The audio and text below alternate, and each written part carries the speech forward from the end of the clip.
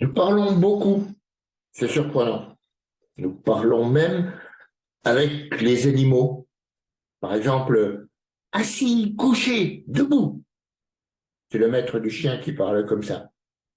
On peut aussi raconter sa vie à son chat, qui ronronne sur le canapé ou le coussin. On peut aussi demander au poisson rouge s'il a passé une bonne nuit. Les animaux répondent par leur comportement, de façon plus ou moins claire, mais sans utiliser le langage humain, évidemment. Que se passerait-il d'ailleurs si le chien, au lieu de simplement agiter la queue et se dandiner pour montrer qu'il est content du retour de son maître, si le chien lui disait « Oh, content de te voir, quelle joie !» Ou si le chat répondait « Bon, écoute, cette Cynthia, elle ne te rappelle jamais, alors tu laisses tomber, d'accord ?» Ou qu'est-ce qui se passerait si le poisson rouge disait il y en a marre de tourner en rond dans ce bocal qui pue. Quel choc ce serait. Parce que un animal capable de parler comme ça ressemble terriblement à un humain. Nous passons aussi du temps à parler, à échanger de l'information avec des ordinateurs, des téléphones, toutes sortes de petites machines, surtout par les écrans, les claviers, les souris, etc. Mais parfois aussi par la parole. Parfois, les machines reconnaissent les instructions qu'on leur donne vocalement. Et parfois, d'ailleurs, les machines répondent en parlant. On peut dire à certains téléphones, appelle Cynthia. Ou on peut dire à certains ordinateurs, ouvre le lecteur MP3 et ils le font. Comme si ces objets comprenaient ce qu'on leur dit. Et ces objets peuvent aussi nous parler. Par exemple, vous avez un message du 06, etc. Bon, c'est la messagerie qui parle comme ça. Ou alors, pour une commande, dites commande. C'est le support téléphonique insupportable qui parle comme ça. Ça, c'est pas vraiment encore parlé. Mais dans l'avenir, on peut imaginer que, par exemple, je dis à ma tablette vocale, à quelle heure est le prochain bus au coin de la rue pour le centre-ville? Et la tablette me répond dans 11 minutes. Là, on sent qu'on est transporté dans un autre monde, un peu, un univers un peu de science-fiction. Et pourquoi? Eh bien, parce que une machine capable de parler comme ça ressemble terriblement à un être humain. Parler contribue beaucoup à faire de nous des humains. Parler au sens fort, cela suppose qu'on comprenne aussi ce que les autres disent, qu'on soit capable de dialogue, parler avec les autres. Mais parler ne suppose pas forcément qu'on utilise des sons. On peut parler par geste ou écrire aussi. Et les muets peuvent parler en utilisant ces moyens. Même chose, les sourds. Ils entrent dans le langage humain par une autre méthode que le son. Si un être qui matériellement n'est pas un humain, par exemple un animal, une machine, un extraterrestre, bon. Si un tel être, un non-humain, disposait de la capacité de parler et de comprendre ce qu'on lui dit, nous aurions de gros problèmes philosophiques à résoudre. Pas des problèmes pratiques. Au contraire, si on pouvait expliquer au chat qu'il faut arrêter de faire ses griffes sur les rideaux, ou si les perruches, par exemple, elles pouvaient parler avec les personnes âgées qui s'ennuient, parler pour de vrai, tout irait mieux. Idem, si on pouvait dire à la voiture, tu m'emmènes au bureau et tu roules très prudemment. Mais dans ce monde-là, on aurait de terribles problèmes philosophiques. Par exemple, quand on amènerait une vache à l'abattoir, ou quand on amènerait la voiture à la casse, et qu'elle demanderait, on va où? D'un point de vue moral, éthique, ce qui parle avec nous, on ne peut pas le traiter comme un objet. Bon, comment expliquer que parler soit si décisif pour les humains, pour notre valeur en tant qu'humains? Il suffit de nous regarder pour comprendre. Nous n'avons pas tellement de muscles par rapport à des fauves. Nous ne courons pas très vite par rapport à des lièvres. Nous n'avons pas des ailes pour voler, même pas un pelage suffisant pour nous tenir chaud l'hiver. Nous avons un avantage énorme, la culture. Et dedans, une culture technique qui compense tous ces désavantages. La culture, c'est toute notre civilisation. Et justement, la culture humaine, ce qui nous a permis de survivre et de nous développer, elle dépend entièrement du langage.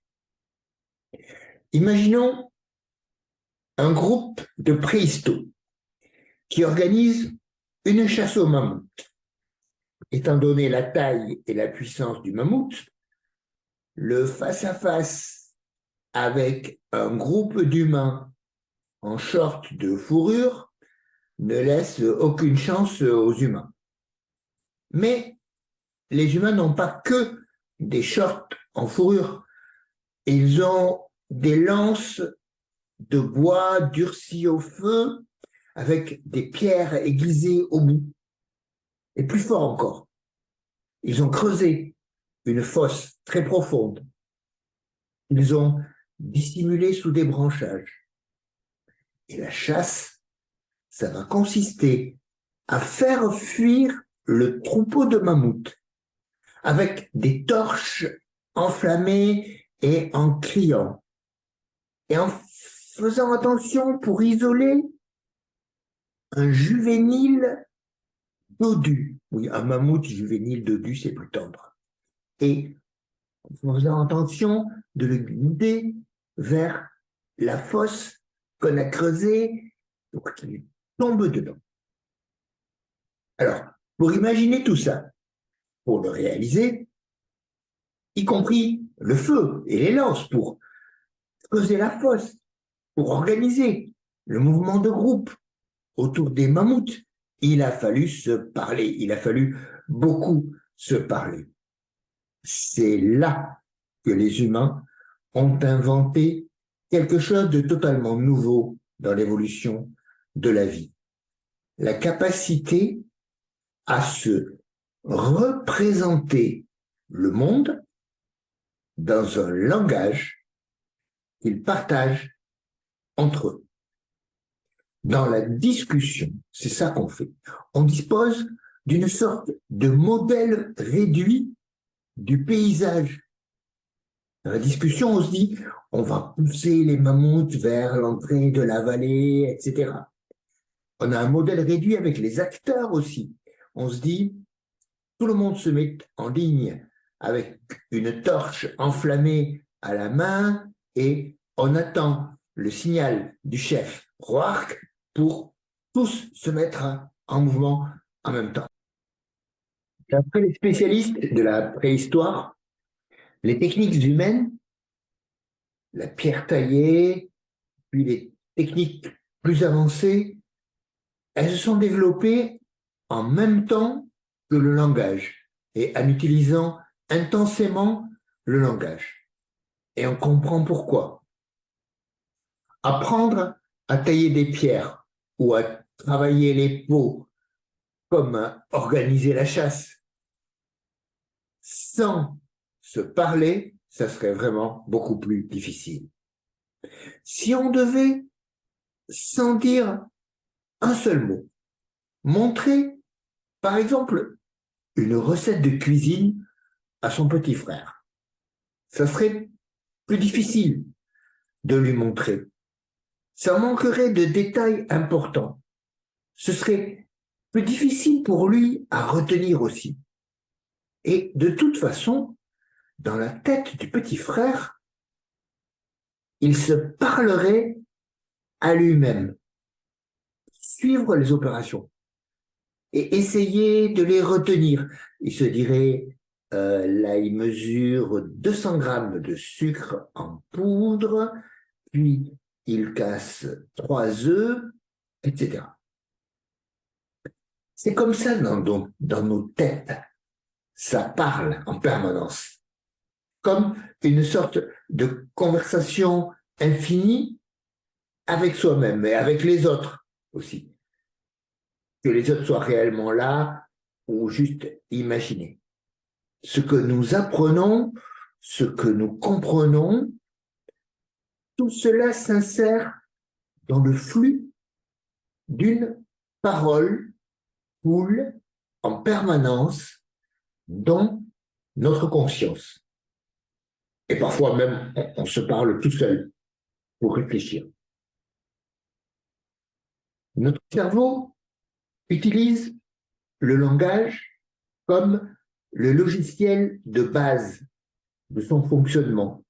Quelque chose comme son système d'exploitation, comme on dit en informatique. Quand le bébé apprend le langage, il apprend le monde, réciproquement. Nous orienter parmi tous les objets que contient le monde, nous avons construit des groupes que les logiciens appellent des classes d'équivalence. Ce sont des objets qu'on met dans le même sac et on met une étiquette sur le sac. Et nous nous repérons par un mot. Par exemple, chien, pour tous les chiens. Feu, mammouth, c'est ça les étiquettes, c'est le mot. Est-ce qu'on peut réfléchir sans se parler à soi-même? On peut froncer les sourcils et prendre un air absorbé, sans rien dire, sans mots, sans les mots logiques, mais sans les mots logiques comme si, alors, et, ou, donc. Sans des mots comme ça, on ne réfléchit pas vraiment. C'est comme si on n'avait pas le logiciel. Le langage est tellement essentiel au fonctionnement de notre cerveau et de notre conscience qu'il est devenu transparent. Nous oublions que parler est une technique que nous avons apprise, une technique difficile, qui a absorbé une bonne partie de notre temps et demandé beaucoup d'efforts dans notre enfance. En fait, c'est quand on apprend une langue étrangère qu'on se rend compte de cet investissement, que c'est difficile, que c'est technique d'apprendre à parler. Si le langage est ce qui caractérise l'espèce humaine, pourquoi alors est-ce qu'il existe autant de langues différentes? Parce que ces langues différentes, elles divisent les humains dans des groupes qui ne peuvent pas se parler entre eux, parce que chacun parle sa langue. Et en fait, peut-être est-ce qu'ils ne peuvent pas s'entendre entre eux, justement. Alors, c'est vrai, mais il ne faut pas exagérer ce problème, parce que toutes les langues humaines ont une propriété extraordinaire. C'est que tout ce qui est dit dans n'importe quelle langue humaine peut être traduit dans n'importe quelle autre langue humaine. Parfois, ce sera simple et direct, comme par exemple, si on veut dire, par exemple, quelle heure il est, on peut dire ça en espagnol, par exemple. Ce sera simple, direct. Bon. Parfois, ce sera long et compliqué, et même il faudra beaucoup d'explications. Par exemple, si on veut traduire de la poésie chinoise en français ou en anglais. Si le langage est ce qui caractérise l'espèce humaine, pourquoi alors est-ce qu'il existe autant de langues différentes?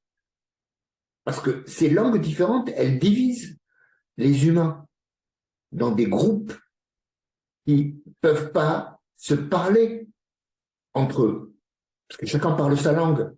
Et en fait, peut-être est-ce qu'ils ne peuvent pas s'entendre entre eux, justement. Alors, c'est vrai, mais il ne faut pas exagérer ce problème, parce que toutes les langues humaines ont une propriété extraordinaire.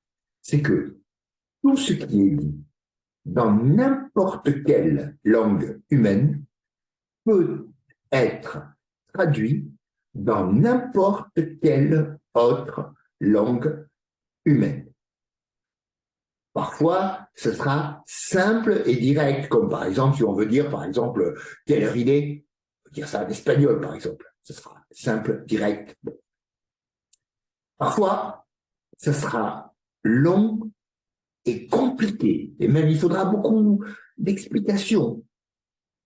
Par exemple, si on veut traduire de la poésie chinoise en français ou en anglais, est-ce qu'on ne pourrait quand même pas inventer une langue qui serait commune à tous les humains, pour qu'ils puissent tous parler ensemble? Alors, si cette langue-là, elle doit remplacer les autres langues qui existent déjà et les faire disparaître, mauvaise idée. Ce serait une énorme perte de biodiversité culturelle. Mais en fait, c'est déjà en train de se produire ça. Car de nombreuses langues, par exemple, les langues qui n'ont pas d'écriture, sont en train de disparaître. Et elles entraînent souvent toute une culture avec elles. Mais lorsqu'une langue parvient à survivre, comme par exemple le catalan ou le berbère, avec elle, c'est toute une culture qui survit, un mode de vie, une indépendance de pensée. Alors, on a essayé de fabriquer artificiellement une langue commune à tous les humains, appelée l'espéranto. Ça n'a pas très bien marché. Et le résultat, c'est que la langue internationale qui est actuellement naturelle à tous les humains, qui permet tous les jours à un Chinois de parler avec un Chilien sur Internet ou dans un aéroport, par exemple, c'est l'anglais. Ou une sorte d'anglais simplifié, qu'on appelle parfois, pour se moquer, le globish. Do you speak globish? Yes, a little bit.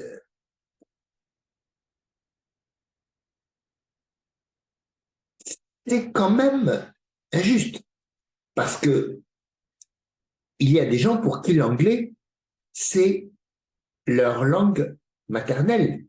Donc ils parlent déjà parfaitement la langue internationale, alors que tous les autres peuples doivent l'apprendre. C'est difficile. C'est vrai. Mais il y a un effet secondaire.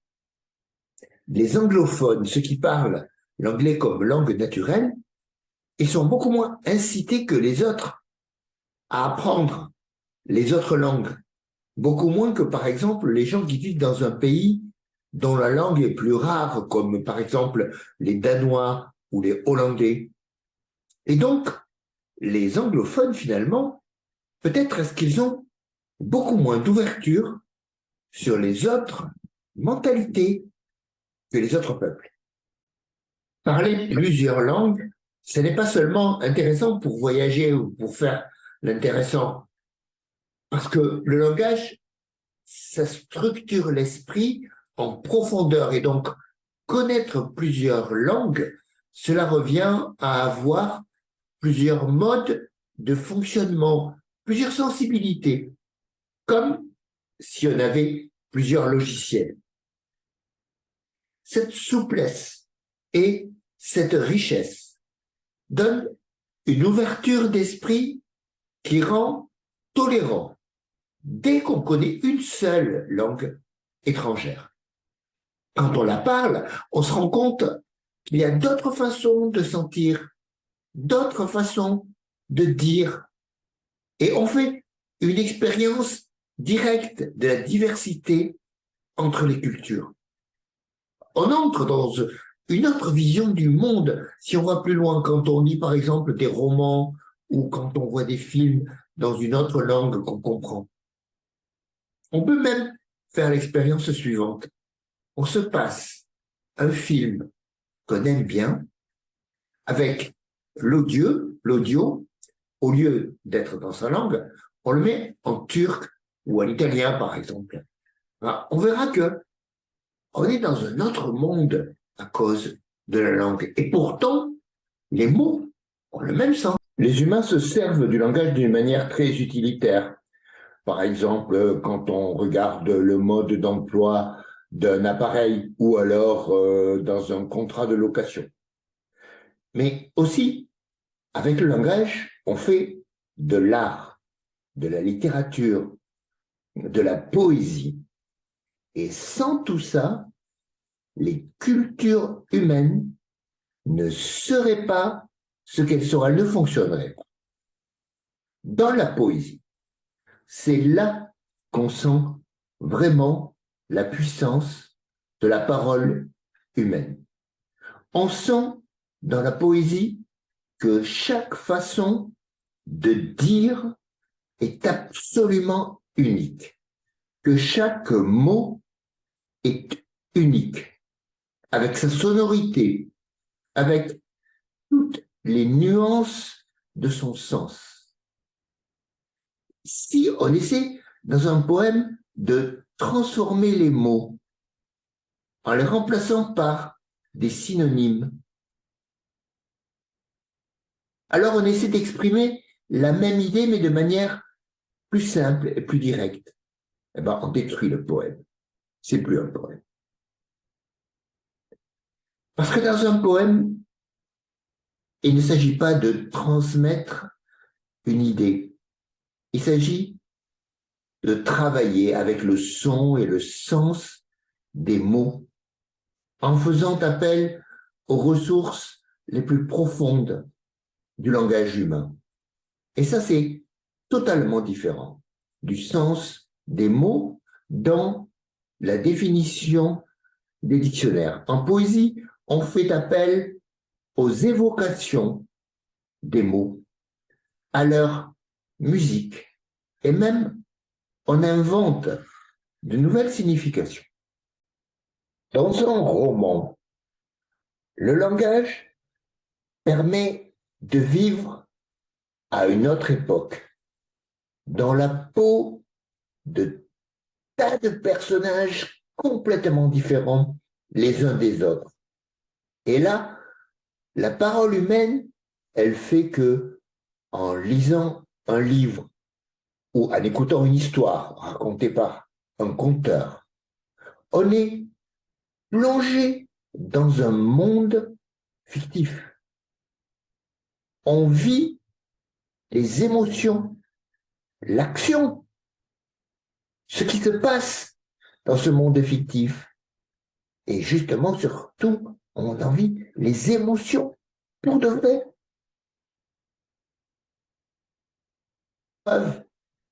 C'est qu'on peut pleurer ou se mettre en colère ou éprouver, par exemple, du soulagement ou de la joie en lisant un roman, en écoutant une histoire. Et quand les fictions sont audiovisuelles, dans les films ou les jeux vidéo, Ces fictions, elles utilisent les mêmes schémas de récit que ceux des histoires qu'on a entendues. Des histoires racontées par les parents au moment de s'endormir, par exemple. Et peu importe que ce soit des histoires vraies ou inventées, fictives, dans tous les cas, la puissance du langage est telle que tous ces récits, toutes ces histoires servent à enrichir notre monde et à le mettre en ordre. Dans un roman, le langage permet de vivre à une autre époque, dans la peau de tas de personnages complètement différents les uns des autres. Et là, la parole humaine, elle fait que, en lisant un livre ou en écoutant une histoire racontée par un conteur, on est plongé dans un monde fictif. On vit les émotions, l'action, ce qui se passe dans ce monde fictif. Et justement, surtout, on en vit les émotions pour de vrai.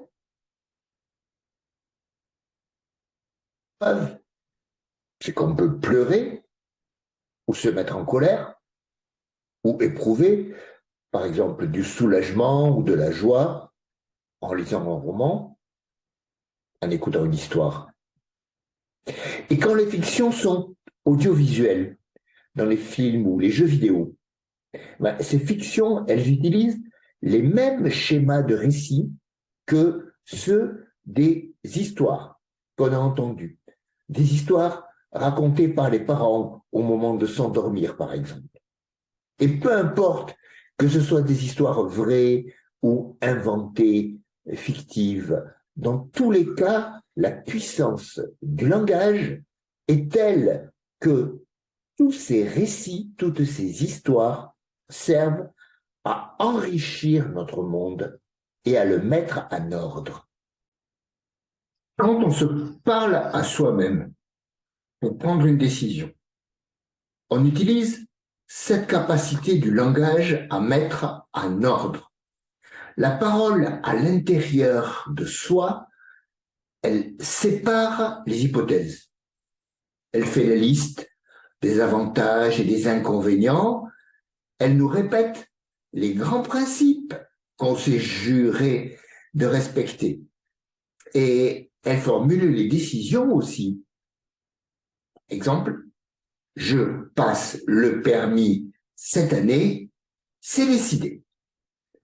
Au moment de le dire à soi-même, à ce moment-là exactement, la décision est prise.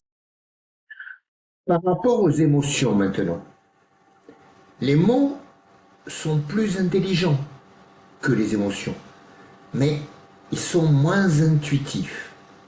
Alors, pour chercher le meilleur équilibre, on se situe en permanence dans une fusion entre les émotions et les mots.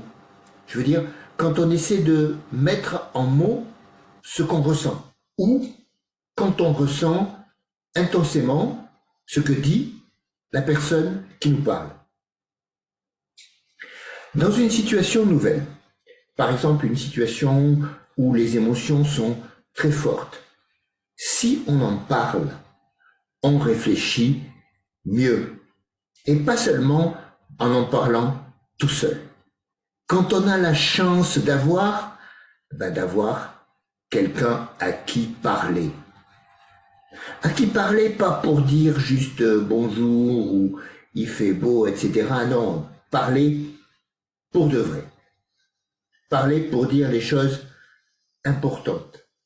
Les partager, mieux les comprendre, mieux les évaluer, et parfois mieux les apprécier, toujours mieux les ressentir aussi.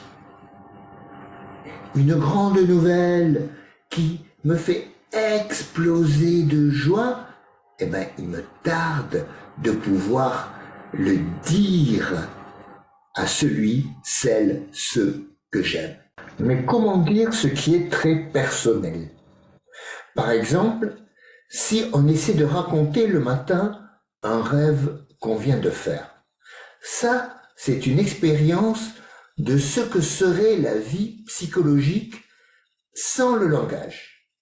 Et c'est difficile de la mettre en forme dans le langage.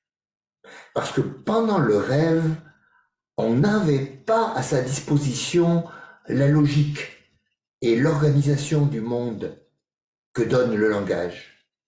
Il y avait simplement des émotions plus ou moins fortes, des situations plus ou moins compréhensibles.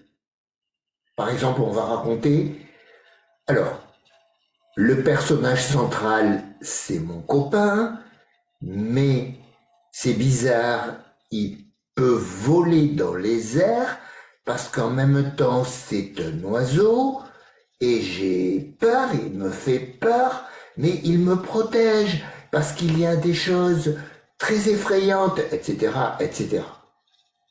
Bon, en disant ça, on met de l'ordre, mais on appauvrit le sens, on affaiblit les émotions, on rend tout un peu trop ordinaire. Ordinaire, mais partageable. Souvent, les situations que nous vivons sont plus compliquées. Mais en parlant, nous pouvons aussi parler un peu en poète. Nous pouvons utiliser les ressources poétiques du langage. Dans le SMS que je vais envoyer pour dire à bientôt, après, disons, un premier rendez-vous amoureux, je ne vais pas simplement chercher à être efficace pour qu'il y ait d'autres rendez-vous. Je vais chercher à exprimer mon émotion de la manière la plus authentique possible pour que l'autre comprenne cette émotion. Si possible, la partage. Mais aussi, c'est peut-être juste pour moi, en fait, pour l'exprimer, cette émotion, pour mieux la vivre. Parce que cette émotion mérite d'être dite, même si ça ne mène nulle part. Parler en poète, finalement, c'est à la portée de tout le monde. Quand on est disponible pour être authentique et pour essayer de le communiquer ou au moins pour le fixer pour soi-même dans des mots, même pas SMS, pour aider les choses vécues qui sont importantes à exister vraiment, eh bien, il faut les dire. Pourtant, comment savoir si ce que moi j'appelle rouge, toi, avec tes yeux, tu ne le vois pas comme ce que moi, avec mes yeux, j'appelle vert. Et dans ce cas-là, puisque tout sera inversé, on ne s'en rendra pas compte. On sera d'accord pour dire que l'herbe est verte, que le camion des pompiers est rouge, mais on ne mettra pas la même chose sous le même mot. Dans ce cas-là, parler ne sert à rien. Parce qu'on n'est jamais sûr qu'on arrive à exprimer ce qu'on veut dire. Mais non. Au contraire, les imperfections de la communication, on peut les corriger. On peut les corriger par plus de communication.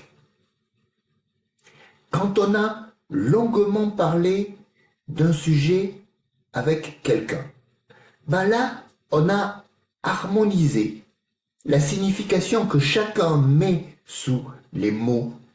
Là, on se comprend mieux. Par exemple, j'ai tellement parlé de ce projet de randonnée avec mon cousin que maintenant je suis bien conscient que pour lui, ce qu'il appelle une journée de marche, ça veut dire 3 heures maximum de marche. Et que pour lui, ce qu'il appelle un repas, c'est entrée, plat, dessert, et ça se passe au moins 2 fois par jour. On a bien fait de prendre le temps d'en parler longuement avant de partir parce que ça se serait pas bien passé. Que se passe-t-il quand on ne peut pas ou qu'on ne veut pas parler?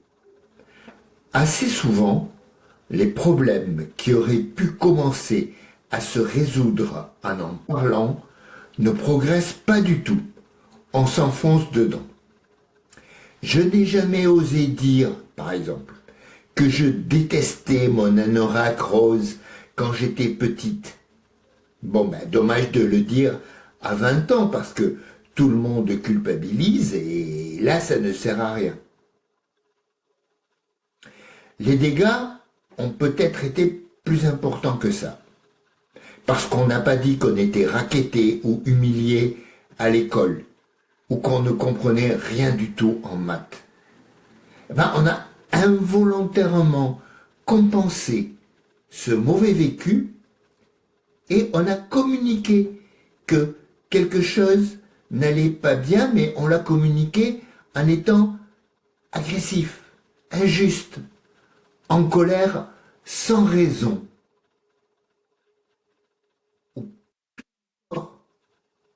On a communiqué en accomplissant des actions inexplicables qui sont comme des signaux d'alarme. Par exemple, faire semblant d'aller à l'école et traîner en ville, ou ne plus aller à la cantine et ne pas manger à midi, ou acheter et boire de l'alcool en cachette.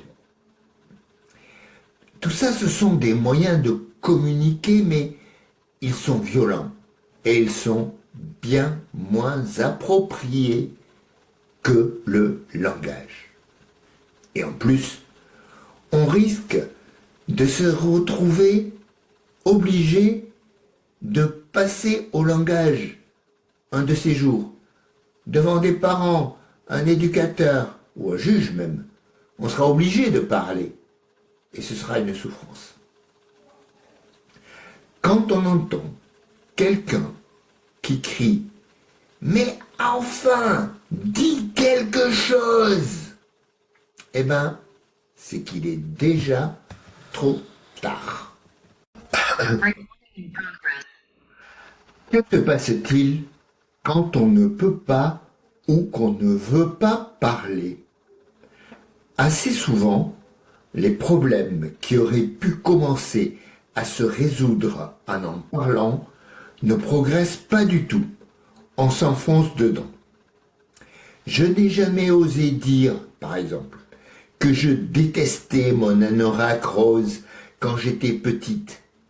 Bon, ben, dommage de le dire à 20 ans parce que tout le monde culpabilise et là, ça ne sert à rien. Les dégâts ont peut-être été plus importants que ça. Parce qu'on n'a pas dit qu'on était racketté ou humilié à l'école ou qu'on ne comprenait rien du tout en maths. Ben, on a involontairement compensé ce mauvais vécu et on a communiqué que quelque chose n'allait pas bien, mais on l'a communiqué en étant agressif, injuste, en colère sans raison.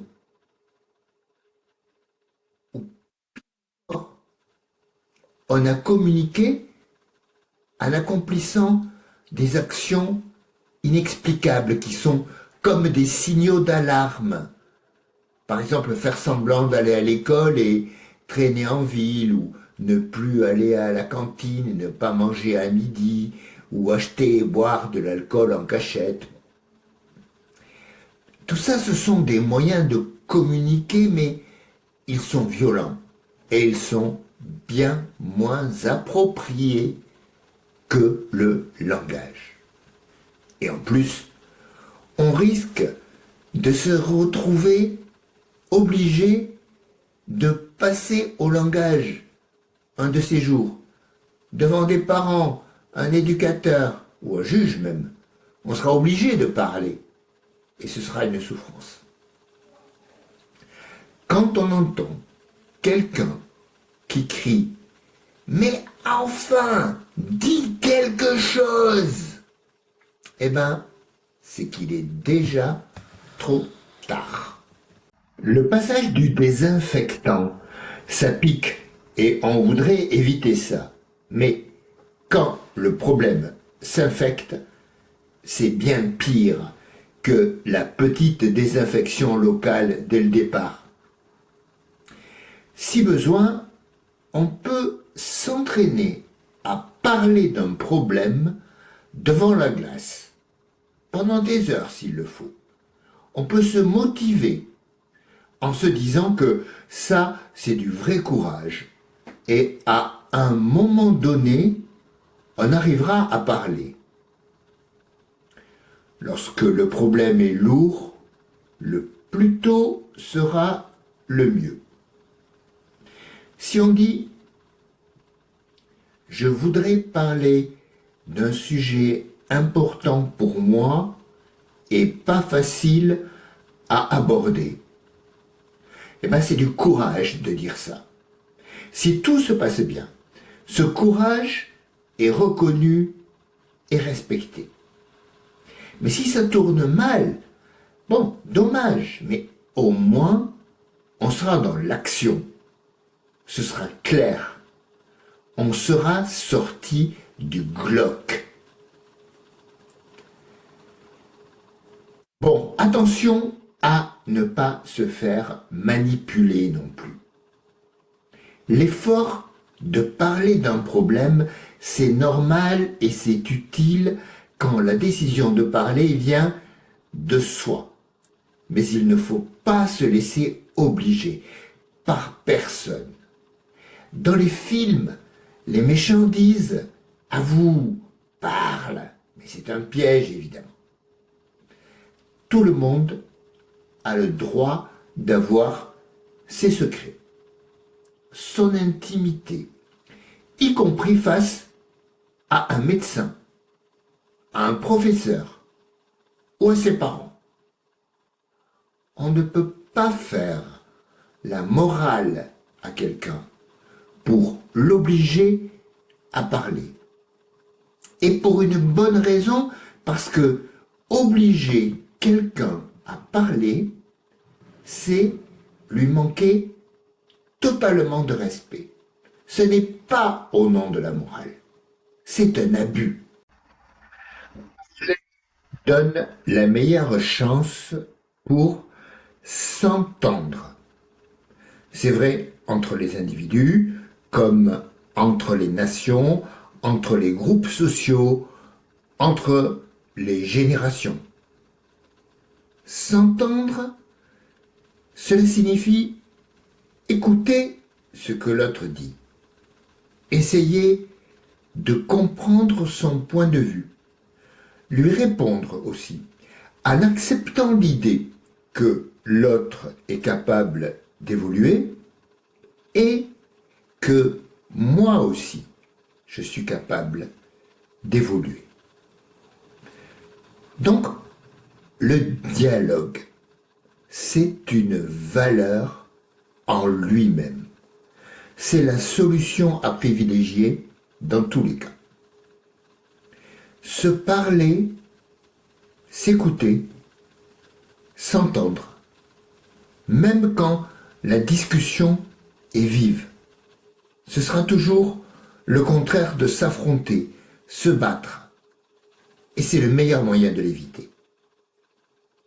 La société, d'ailleurs, on peut la voir comme une immense conversation entre infiniment de gens.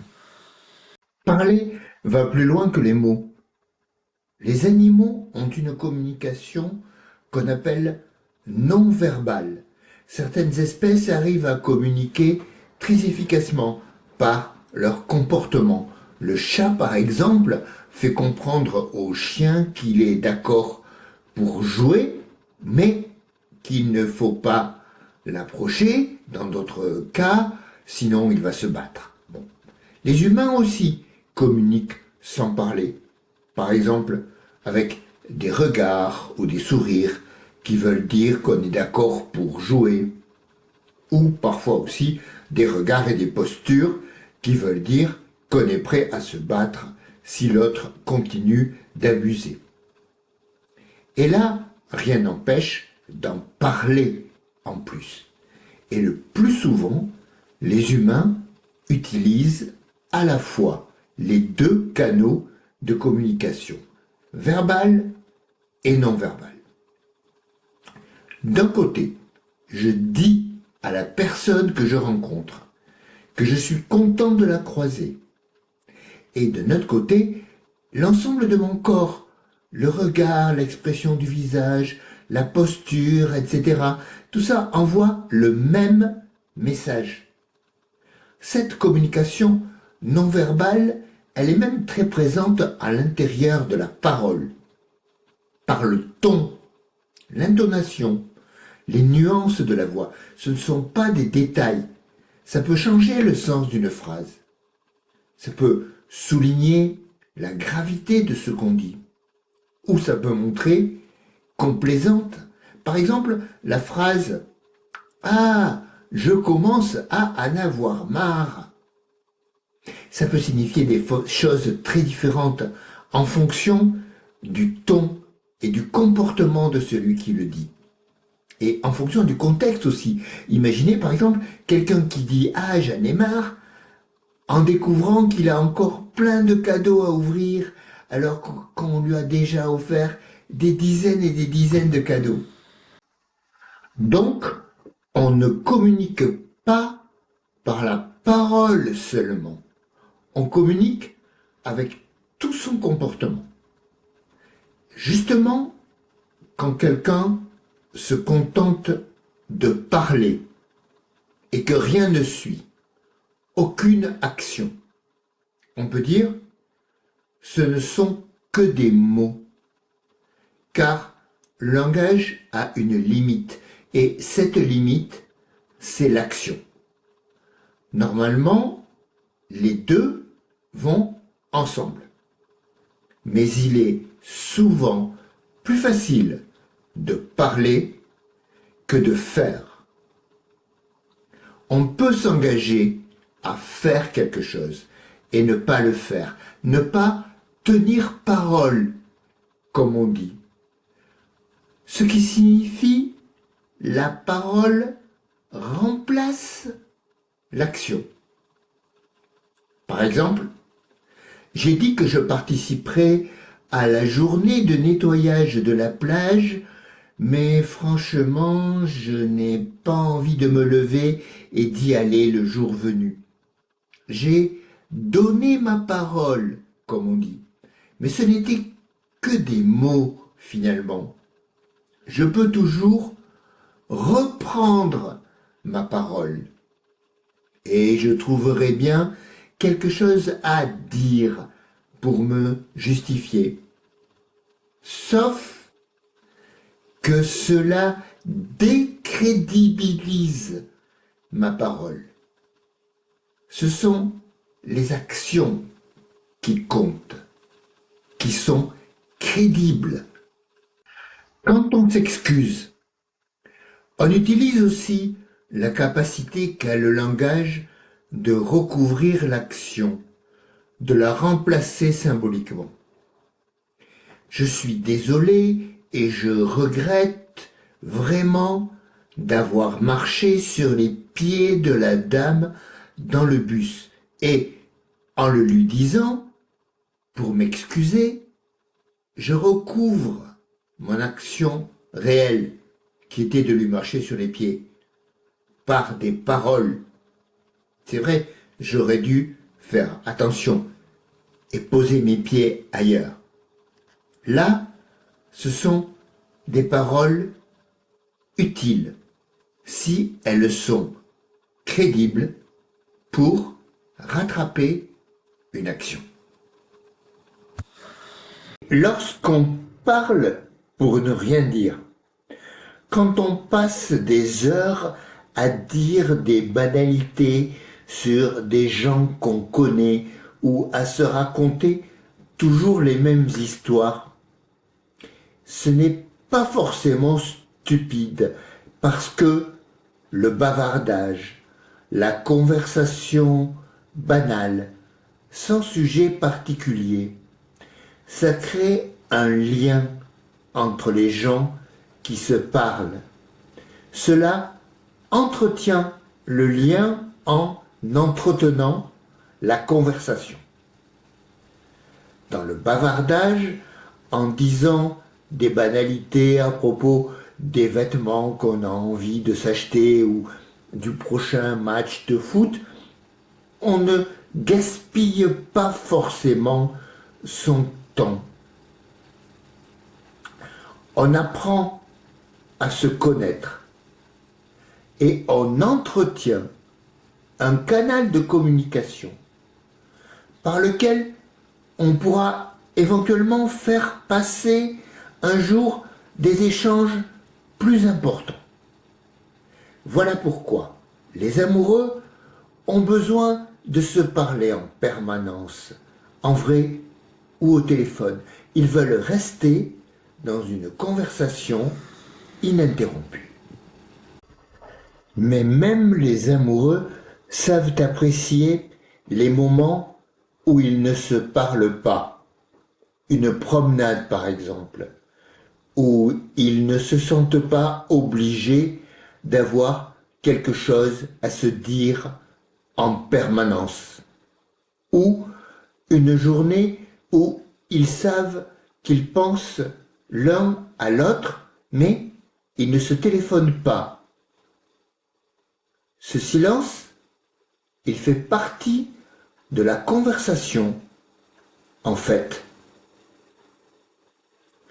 Quand on est capable de parler de manière sincère et profonde, on se sent en sécurité et en confiance.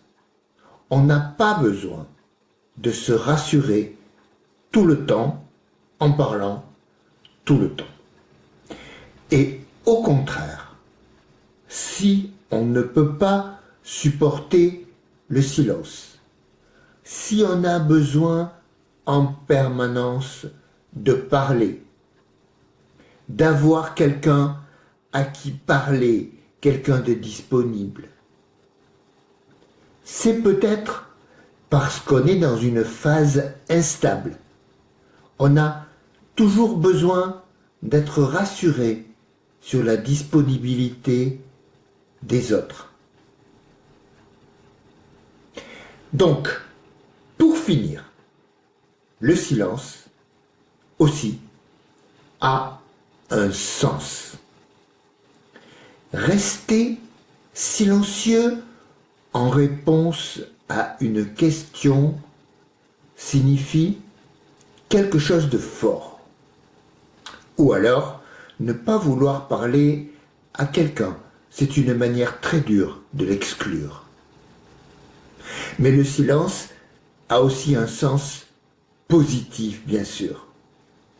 Il peut signifier qu'on a assez parlé, qu'on ne se sent pas obligé d'en rajouter. Comme les Indiens dans les bandes dessinées, on pourrait terminer certaines phrases ou certaines conversations par les paroles suivantes « j'ai dit ». Ça signifie que on a bien pris soin de l'authenticité de sa parole. On n'a pas parlé avec une langue fourchue, comme disent les Indiens. On a utilisé avec sincérité et confiance les puissances du langage. On a pris sa place dans la conversation, mais on ne veut pas toute la place.